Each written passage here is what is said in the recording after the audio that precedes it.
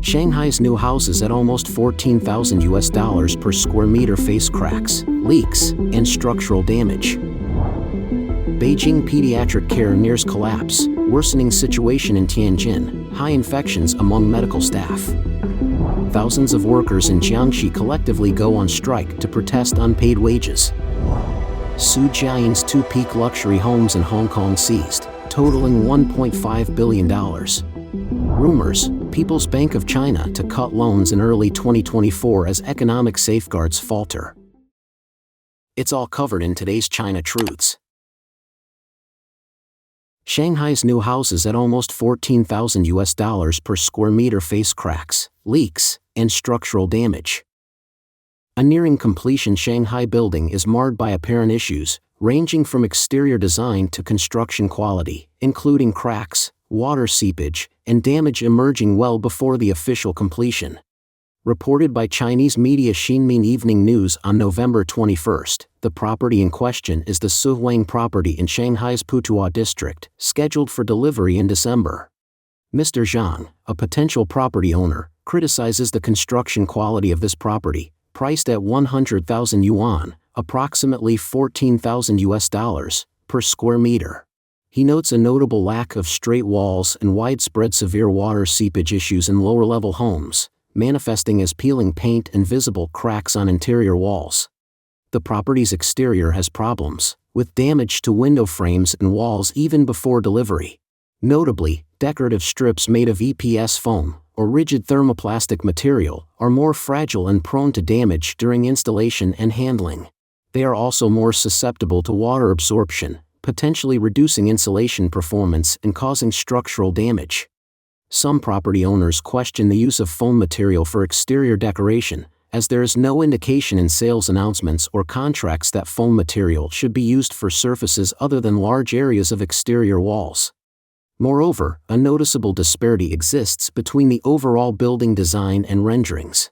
Public facilities, like the community lobby, side gates, and children's playground, significantly deviate from promotional materials. The overall completion of the community is substandard, lacking a so-called acceptance report. On November 15, property owners engaged in an almost 6-hour discussion with the developer. However, the developer failed to provide specific and clear explanations for the issues and subsequent repair plans. Instead, they announced the discontinuation of previewing sessions in the future. Even when media reporters inquired about specific plans, the project leaders evaded giving clear answers. This news swiftly sparked criticism on the internet. A Shanghai netizen commented that, with a price of 100,000 yuan per square meter, how much profit does the developer make? Most of it probably goes into their pockets. Developers must be cursing their luck.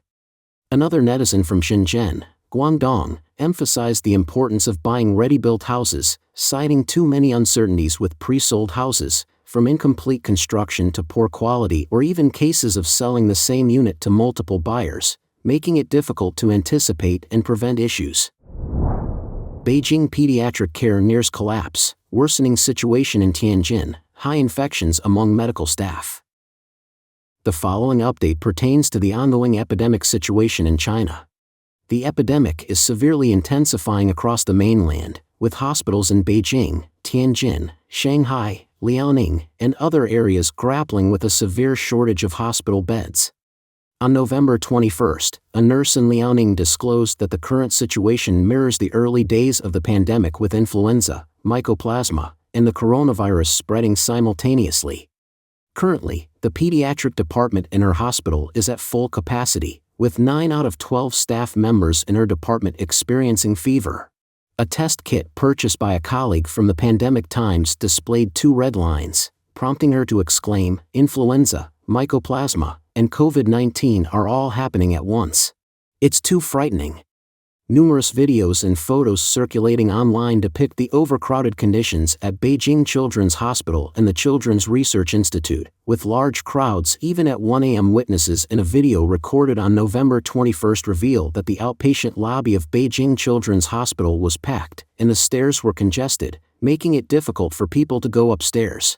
Even on the second floor, the crowd persisted. Not only children, but the elderly are also exhibiting fever symptoms.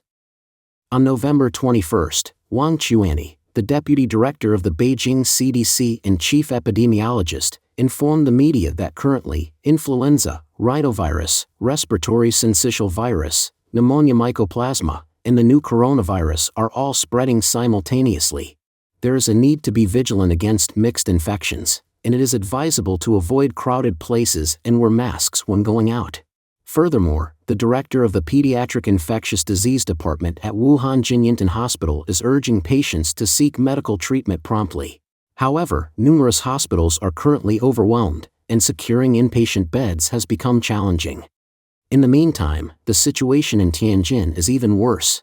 A chief physician and respiratory infection specialist at Tianjin Children's Hospital stated that in the past week, the combined daily outpatient and emergency volume in the two campuses of the Children's Hospital has exceeded 12,000.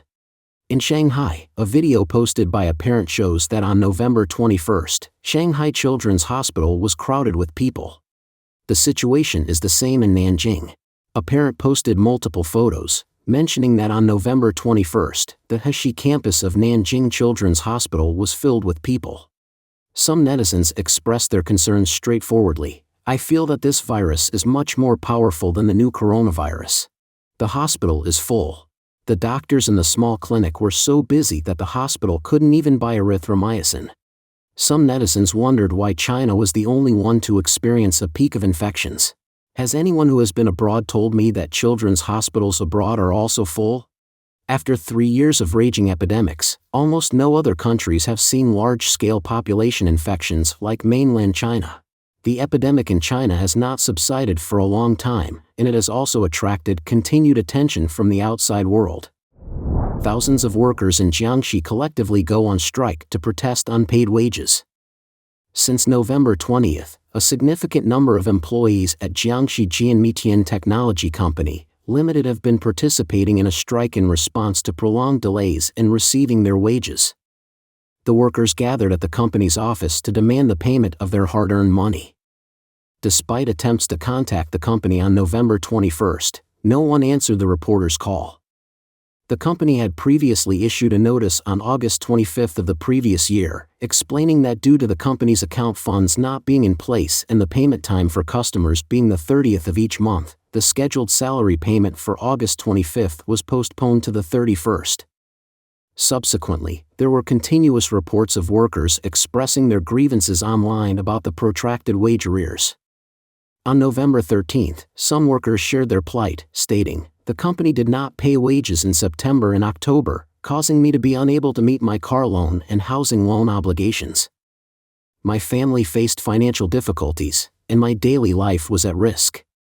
Consequently, many workers were compelled to resign and seek alternative livelihoods.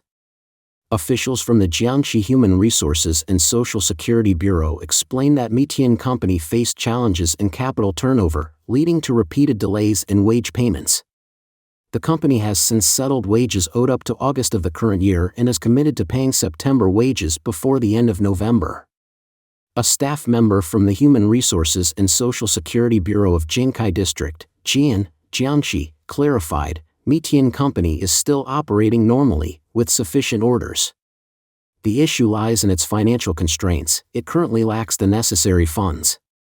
Banks are providing loans, and wages are being disbursed in installments. Employees for the month of August have already received their payments. Established in August 2019, Mitian Technology Company, Limited is a key project in Jiangxi Province, specializing in mold design and manufacturing, the production of metal appearance parts for 3C products and TV metal appearance structural parts, as well as surface treatments and assembly of semi-finished and finished products. The economic downturn in China has led to a wave of news about companies facing bankruptcy and wage arrears. The Jiangxi Provincial Department of Human Resources and Social Security disclosed that 6 companies were behind on wage payments in the third quarter of 2023.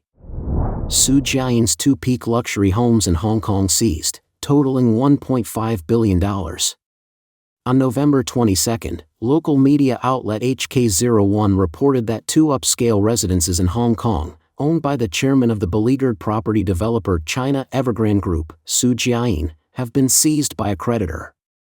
This development occurred concurrently with China Evergrande confronting a pivotal phase with scheduled hearings on December 4. Situated in the Peak, one of Hong Kong's most prestigious neighborhoods, these properties carry a combined value exceeding 1.5 billion Hong Kong dollars, $192 million. The formal takeover by the creditor is expected to occur within days, as per the report. These homes, where his ex-wife Ding Yumei, with whom he had a technical divorce, reportedly lived in recent years. Su Jiayin had pledged these two luxury homes to Oryx Asia Capital Ltd. In November 2021. Evergrande has issued at least 6 postponement announcements for hearings since the middle of last year. In late October of this year, Evergrande applied for a 3-month postponement of the liquidation hearing, citing the intention to make timely adjustments and discuss a revised debt restructuring plan.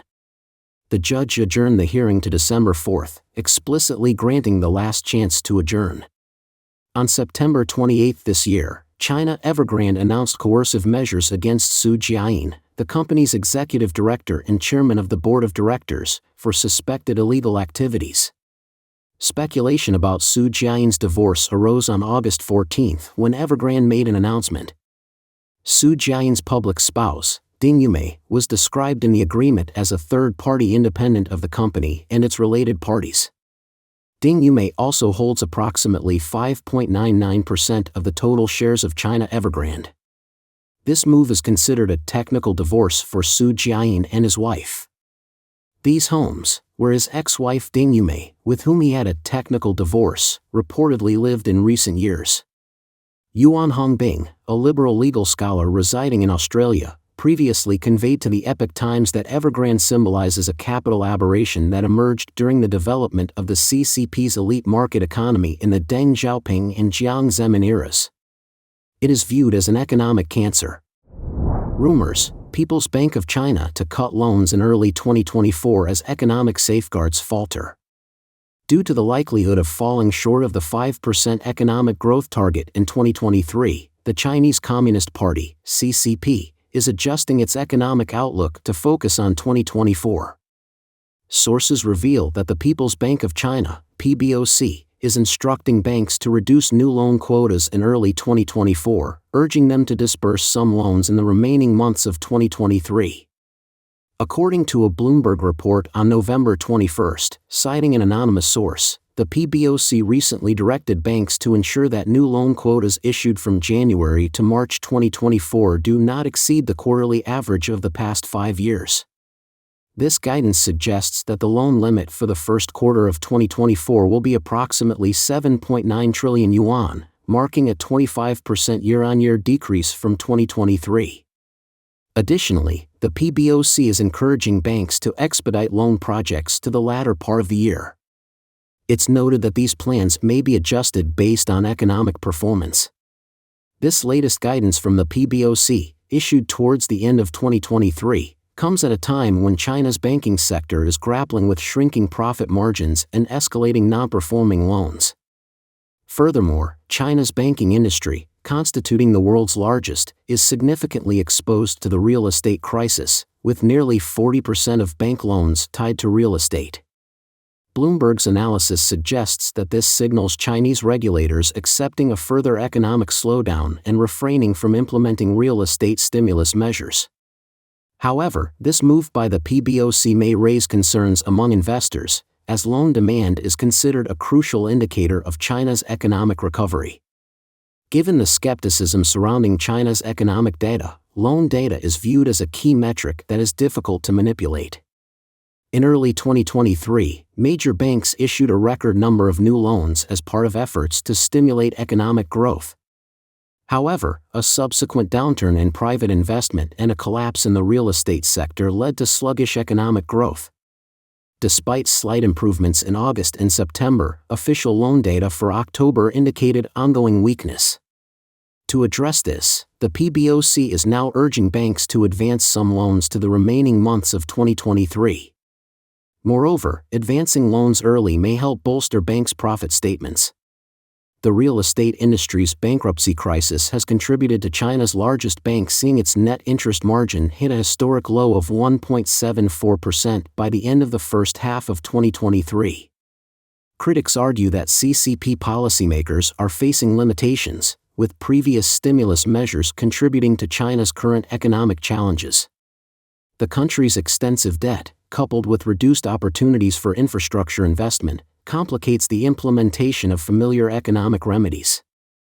A recent report from the U.S.-China Economic and Security Review Commission, USCC, asserts that China is on the brink of its most serious economic crisis in 40 years, casting doubts on the CCP's economic management capabilities and its long-term growth model. Don't forget to leave a comment in the section below to share your opinions on today's topic with us. Make sure to like and subscribe to see more interesting topics from China Truths.